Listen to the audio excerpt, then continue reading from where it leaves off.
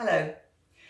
For over 20 years now I've been involved in community development, both here and abroad, and I've seen that during times of crisis there are different ways that people respond, as individuals or as part of organisations such as their church.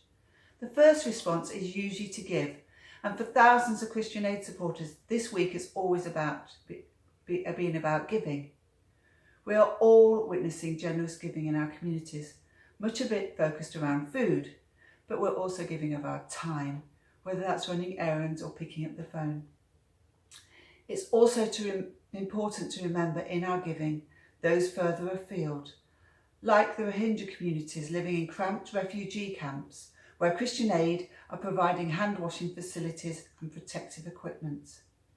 Very often, this is where our response starts and ends. But the difficult questions need to be asked.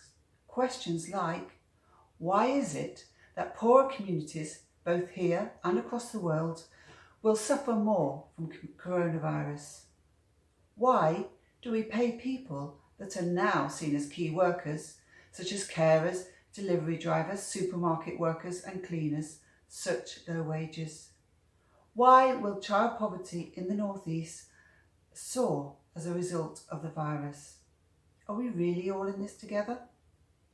Asking these questions moves us from this charitable space of giving to one of justice and acting. What type of society do we want to live in? And what can we do to change it? These are the questions that William Temple, the Archbishop of Canterbury, was asking during the Second World War. He asked what kind of society Christians should help to build, setting out his vision in a small book which became an instant bestseller, Christianity and Social Order. His vision helped to inspire the creation of the welfare state, including our beloved National Health Service. Okay, we may not have the power or influence of an Archbishop of Canterbury, but we can help to change structures that keep people poor. Christian Aid is calling on the Chancellor for a debt jubilee, meaning that debt repayments for poor countries are cancelled during the current virus. Locally, as members of Tyne and Wear Citizens, we've been asking employers in the North East to pay the real living wage, and for carers to be paid a real living wage. Over the last month, we've been working with partners to ensure that children entitled to free school meals get support while not at school.